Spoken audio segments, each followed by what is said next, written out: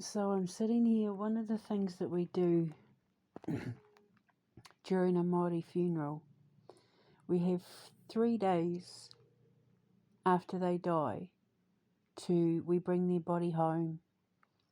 In this case, Amber's ashes, but usually Amber's actually my first cremation. So it's been it's been weird to deal with this one because I can't even imagine her body in a coffin. So yeah, it's been a little bit weird. But anyway, with a Māori funeral, usually they're by New Zealand's law, if you're Māori, if you are tribal, if you belong to a tribe, by New Zealand's law, your body has to be home within 24 hours because the preparation of, crossing them over and that is a very important process for us. And so we will have their body home for 3 days. 24 hours after they die, they will come home. So, like a pathologist and all that, depending on what they died from, will do everything they have to do. The body has to be home within 24 hours. And then we take everything out of the specified room. It's usually the living room or a bedroom. And every single item of furniture is moved out of that room. And then we put in mattresses. The best way to see what a tangi is, other than looking it up maybe, is if you watch the movie Once Were Warriors, when Gracie dies. They have a tangi there. They took her to the marae. They did that. They took my mum to the marae because she's important. She's like royal bloodline. They took her to the marae and they took her to the pa, I think, as well, because of who she was. But Amber didn't want all of that, so she got cremated. And so what we do is we take all the furniture out of the room and we put mattresses down, and then all the immediate family sleep in the room for the 3 days. And there's protocols like you're not allowed to cover your head, you're not allowed to wear shoes, you're not allowed to eat, drink, smoke, anything like that in the room. And the body's never to be left alone by themselves. There always has to be someone sitting in the room with the body. Or in this case, Amber's urn. And then after the 3 days, they have their burial, their service. Well, Amber's having a service on Monday. I think because people had to come from quite a way. So they were giving everyone time to sort of gather in that and say their goodbyes, and then they're having a big service for her on Monday, and then that will be it. So after the burial, what usually happens is we go back home to the house and we have a few drinks and we put some music on, and we sing and we laugh, and we kind of it puts an end to it. It's like it's their goodbye party, their homecoming party. And you'll have a few drinks, and if you want to have a cry, you have a cry, and you play all the family favourites and all of that, and you will have a sing in the tangi. Anyone can sleep in the room, but the room is primarily, for the immediate family, and then everybody else, the extended family and friends and family and neighbourhood and all of that will come together and bring food, and the family don't cook or do any housework or any chores or pay any bills or do any shopping and that for those 3 days. Everybody else comes in and does it for them. The lawns get mowed, the washing gets done, the house gets cleaned. They do a roster of food is put on 24 hours a day for the whole 3 days. So if the family are hungry, they don't have to worry about preparing food or getting food. All they have to do is go out to the other room or whatever, and the food is gone. They usually, what they do is they set up the shed or the garage. So yeah, the family can go out, get a hot meal, get something to drink. There will always be someone there, and they do rosters basically. And then someone will turn up, 6 o'clock in the morning. There'll be like a whole team of people. It's usually like the aunties and cousins and all that, and they'll turn up, they'll get breakfast ready and that. So breakfast, lunch and dinner, snacks, all of it is all taken care of, and any shopping that needs to be done, any bills that need to be taken care of. And then everyone does like what's called koha, which is like like donations, like charity, but it's done out of love. So any food that needs to be bought, the electricity, the phone bill, that sort of thing is taken care of. They don't need to worry about a thing. It will usually even pay like, the mortgage for the month or the rent or whatever. Like it'll be a few grand, but it's so that while the family are mourning, they don't have to worry about a single thing, because the whānau and the iho, the friends and the family, they gather, the neighbours, they gather to support the family in whatever way they need it, so that the family just concentrate on grieving. But like I said, after those 3 days, you will then have a drink. You all gather and you'll have a drink. You'll play the music. You'll have a sing song. Have a cry. Have a tangi. Tangi means to weep. And yeah, so I'm sitting here. I found a wee bottle of gin in the pantry. There was only enough for 4 drinks, but I don't drink anyway. But it's just enough. It's enough to,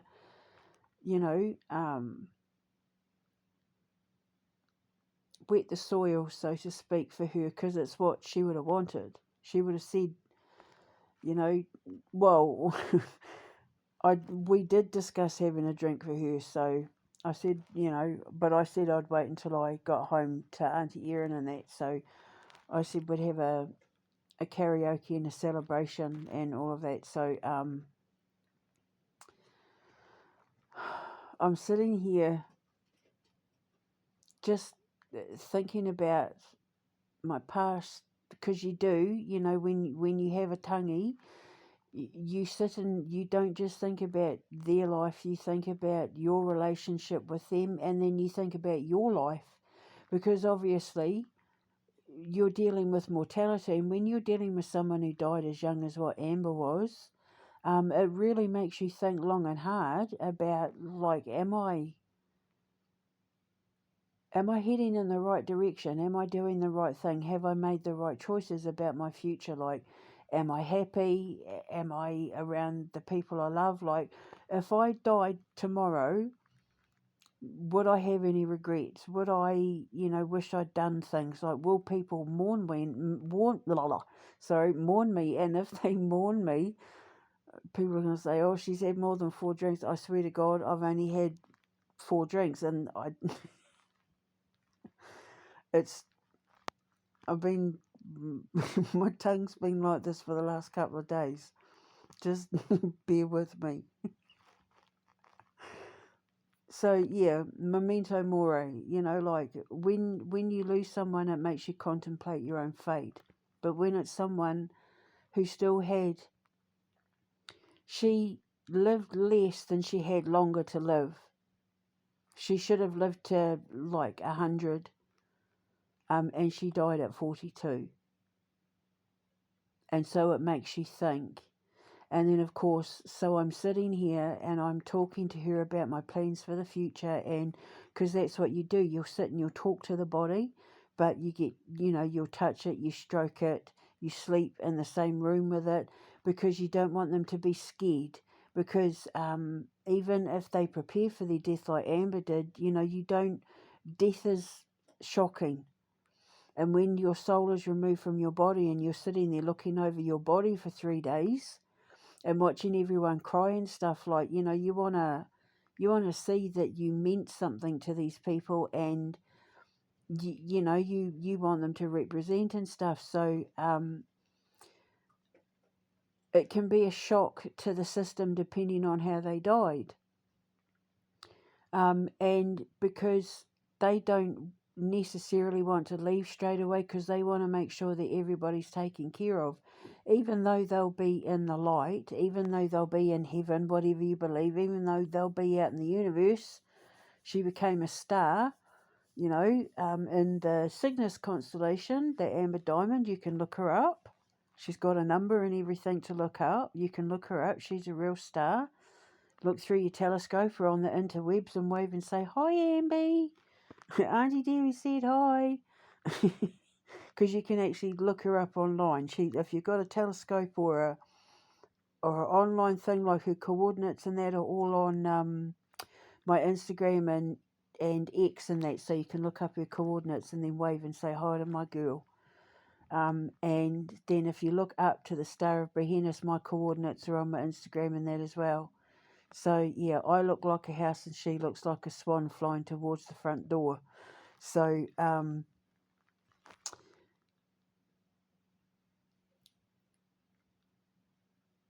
wherever you believe you go that as your body's getting ready to die. See, she had time to prepare for her passing, and so she got to experience her day of judgment before her body crossed over, because your soul always leaves your body before the body shuts down, right? But you will be completely conscious of everything other than the pain. If you're in pain, your conscience, your soul doesn't remember the pain, it doesn't remember the sorrow or anything like that. So the second her soul started leaving her body, she was already with the ancestors. However, they do want to make sure that their loved ones are okay. And trust me when I say they like to have a nosy. And I've had more than like probably 100 occasions where people have died, and then they've said to me, why did they put me in those shoes? Or, oh my God, I don't know what they've done with my... I've had to say to people, blah, blah, blah said, can you change your lipstick? Or blah, blah, blah said, can you take your shoes off? They don't want to be buried in shoes, like that sort of thing. And it's, like you'll tell stories, you say prayers, you'll sing songs, you'll have a cry, you'll remember things, and you talk to them. You'll talk to their body, you touch them, you kiss them, you stroke their hair, and you talk to them. So I've been talking to her and thinking about my future and just saying, like, everything I've been through. And this week's been really hard. This week has been so hard for me, because not only did I lose my girl, but I lost the love of my life as well. And so it's been hard. And so dealing with that, I'm just choosing to occupy my mind and focus on the future. And, when I get out of this, if I live long enough, because memento mori, the Victorians did it. Every Christmas when they put skulls on their Christmas table, it was to remind them that everyone dies. And in the Victorian era, everyone died. Like, you were lucky. Most people didn't even get names until they were 7. Like, your birthday present, leading up to the Victorian era, was that you got a name, because like you weren't expected to live past the age of 7. So, it makes you contemplate. And I've been focusing on my future. And so I'm sitting here thinking, I've tied a bow on that, I've tied a bow on that story, I've tied a bow on that movie, blah, blah, blah. What else haven't I covered? And because it's a tangi and it's all about the person who's died, obviously I'm thinking about all the things that she loved and the things we like to do when we used to have a sing-song and have a drink and stuff like that. And my family were big on musicals. And I was thinking, because I said to her, right, if I'm going to have these couple of drinks, don't make me cry. I want to be sitting there like a sad sack drinking a couple of glasses of gin, crying because, like, I've put Rocky Horror Picture Show on. Because her and I, like, knew all the musicals, you see. Jesus Christ Superstar, Rocky Horror Picture Show, Calamity Jane, Seven Brides for Seven Brothers. That, like, we grew up on that stuff. Grease, because of my dad. Brigadoon, like all of it. And so I said to her, don't make me put on Jesus Christ, Rocky Horror Picture Show and have a cry. And then it hit me. And I said, oh my God, that's what I haven't done. I haven't done a Broadway musical. I haven't done a theatre musical. And I thought, technically, The Night of the Black Sun I could turn into a musical, but I don't want to. So now I'm sitting here thinking, Amber, I'm going to have to do like a, because remember, Rocky Horror Picture Show was a theatre production. And her and I loved Rocky Horror Picture Show. I can't even begin to tell you the amount of times her and I have sat in my living room drunk from start to finish Rocky Horror Picture Show and Grease and Jesus Christ Superstar. And Wuthering Heights, Kate Bush, and Cosmic Thing, B-52s. That her Cosmic Thing, other than any of the New Kids on the Block stuff. God. Oh. And Alanis Morissette, when we were a little bit older, Cosmic Thing by B-52s, from start to finish, we'd harmonise. We would spend hours working on those melodies and harmonies.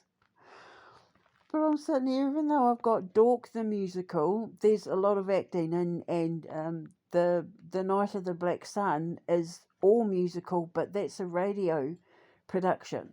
You know, that's going to be broadcast on the radio, but performed live in front of like a live outdoor concert.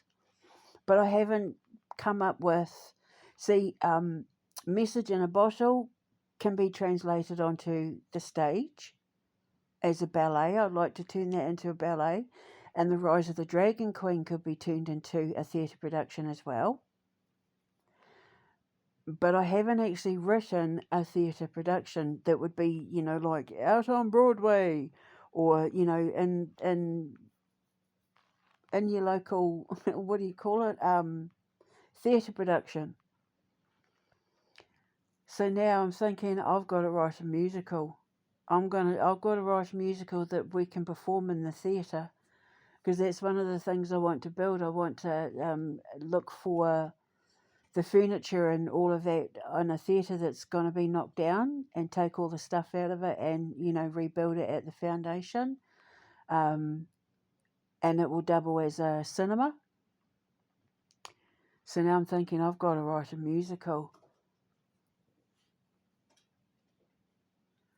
And Wicked, you know, with what's her name?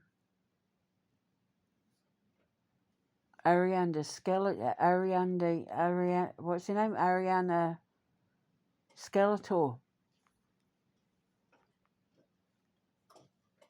Wicked. And I'm thinking, what if I wrote like Magic the musical? or something like that, but I don't know what Wicked's about. I think it's about like Cinderella or something, is it?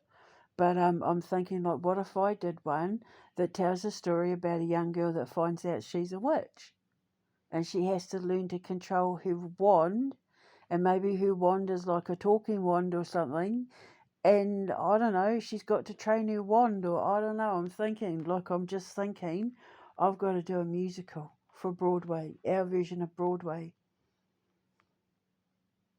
But the songs are going to have to be impeccable, because because Rocky Horror started as, like, you know, Richard O'Brien, who's a Kiwi, wrote it and put it on his local theatre in, like, London, I think it was.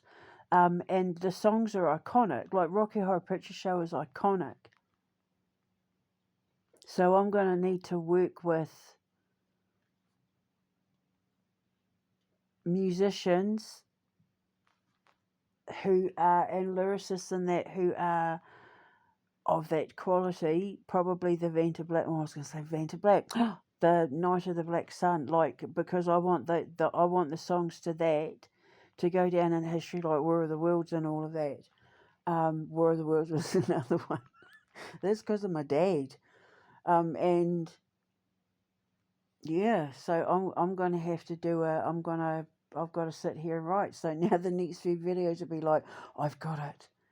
What if I did a musical about a blah blah blah, and then I'll be like, singing the song, 'cause I thought of a tune. I promise you I'm not drunk. I'm not tipsy or anything like that, even though it appears to, but this is what happens when you have a tonguey, because you have the 3 days of crying and getting it all out, you release yourself of it, and then that when you have the funeral and then you go back and have the drinks, it's a time for celebration. And so that's what I'm doing. I'm acting like I would if she was sitting right beside me, because this is how I'd be. Because that's what her and I were like. when when I'm around like my sister and Amber, like the people that I trust in my family, this is what I'm like. And because like it's the tonguey, and she's her spirit is here, like she's watching, she's aware of everything that's going on.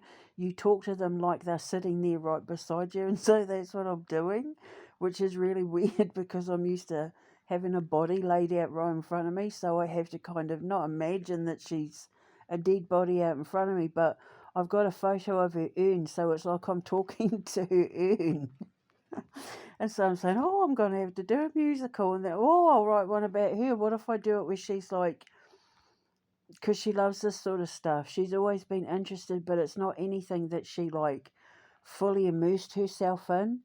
She was the matriarchal bloodline, like she was she was supposed to take after her mother and her grandmother and her great grandmother, but she didn't. She chose nursing, which is a noble thing, but she always had the love for what it was that we were. It's just never anything that she fully like immersed herself in, but it was there, which is why I'm going to name my school, the Amber Wilkinson School of Witchcraft. I hate using the term witchcraft, but tourists are going to eat it. Like, people are going to, especially for Halloween, if they know that's the house where the witches are taught, like it's going to make it, it's it's not lowering my integrity. It's just that people's eyes glaze over as soon as you mention alchemy. They don't understand the difference. But if you say witchcraft, it's like, ooh, because everyone knows what the term is. And technically, it just means intellectual work or wise craft. Taking wisdom and crafting it into something, taking wisdom and turning it into something. That's all that it means. But to the lay person, it's going to be, So, yeah, the Amber Wilkinson School of Witchcraft. But I'm thinking I'm thinking maybe that's what the musical could be about. The Amber Wilkinson School of Witchcraft, the musical.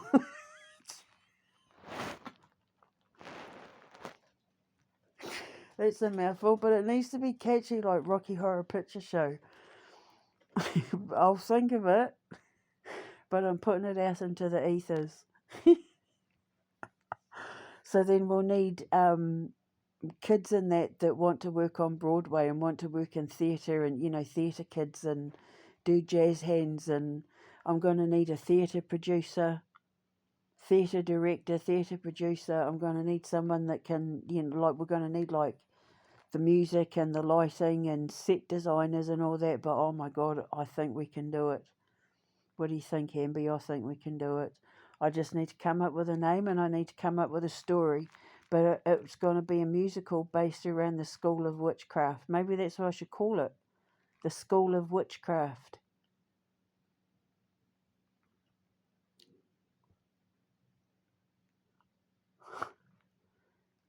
I'm like Harry Potter, but I'm hotter.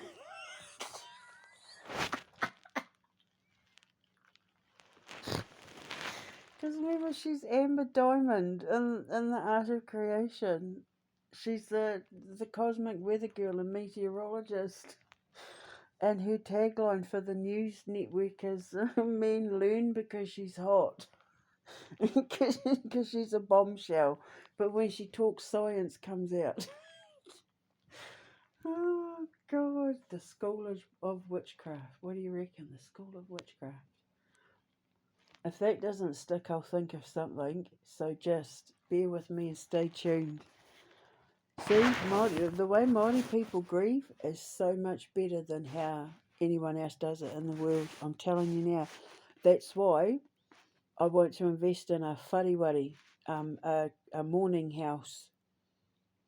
Sorry, not a whariwari, a tangi whare, a grieving house, a mourning house, where, you know, any of our veterans that sign up to the George Callaghan Trust, that want to be buried in a graveyard, and that they can have the option of, if they're terminally ill, if they know they're dying, they can come and stay with us at the tangi whare, and we'll take care of all their needs. And basically, you'll have like a Māori funeral, where you and your loved ones all will come in and spend time with you before you die, and then when you die, you'll have your tangi there, like your body. We'll get the funeral directors in, we'll bring you back, you know, your family will get to sit around them and mourn and get it all out, and all the food and that will be taken care of, and then when they die, we'll bury them in our graveyard. Like, they won't have to go boop right there. And then, you know, like, it's a really wonderful way for the family to grieve and say their goodbyes and that, and, you know, we'll show them how to do it. And I'll have my, like, honey of Isis oils there, so that we can use them on the bodies and that when they're getting ready to cross over, and burn incense, and they can tell stories, say prayers, however they want to do it. But basically, when they sign up to it, when they're ready to come and stay with us, they'll know, they'll be able to look on the website and stuff and say, hey, I'd really like to go there. And then they'd obviously talk to their family members, and because a lot of them, obviously, when you're terminally ill, a lot of them are given time to prepare. So they can sign up and say, I'd like to sign up to the whariwari, and then we get the call, the whariwari, that's the warehouse. Tangi whare. And then, you know, they can come to us sort of when they've sort of only been given, you know, a little bit of time left. So they'll come to us, and then you will have it all ready for them, and the family don't need to worry about a thing. And then we'll just bury them next to the Amber Wilkinson School of Witchcraft in the graveyard. And then, when we're training my students, when you know, people have signed up to the classes, and I'm training my students, I'll be using the veterans and that are buried in the graveyard as part of the training. So, like, but they'll know, because we'll keep a record of everything, and then I'm going to use them to train my students from the School of Witchcraft. So I already know, because I've been doing this for years. I taught for years, and then they ended up turning psychopathic on me. So, but I already, like, I've been doing this for years, teaching and training people how to do this sort of stuff. I wouldn't teach them how to do the time jumping, but they would end up developing their own, finding their own gifts and stuff that will be unique to mine, because your supernatural powers are unique, like your DNA or your fingerprints. But people would better not think that just because they can afford the fee that I'm gonna let them in. Like, anyone that I have coming to my school will have to pass a rigorous test first, and then after that, if they pass the test, then they will get invited to an interview. And then after that interview, it will be, you know, I'll make my selection, and I'll just take on a few students every year. I have people come and help. They'll come and stay, like actually come and stay at the foundation for the time that they're there, and then continue everything else online. Yeah, and then, yeah, so now I'm thinking, how can I turn that into a musical for Broadway? The School of Witchcraft. But I need to come up. Does the School of Witchcraft sound like a Broadway theatre production? Musical? The Rocky Horror Picture Show. Grease. Jesus Christ Superstar. School of Magic. School of Witchcraft. I'll think of it. If it doesn't stick, I'll think of a better one. If it's meant to stick, I'll remember it. If it doesn't, it means I'll think of a better name.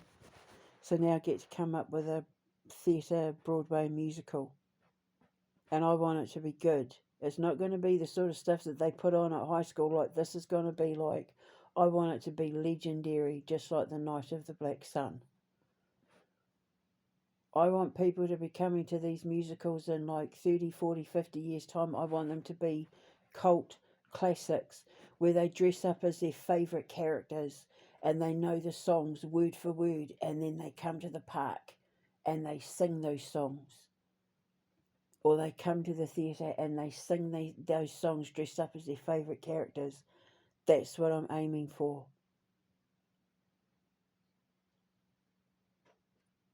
That's the goal. Nothing else will do. I won't accept anything less than a musical icon. So let's see where this goes. Right, Amby, let's get your thinking cap on.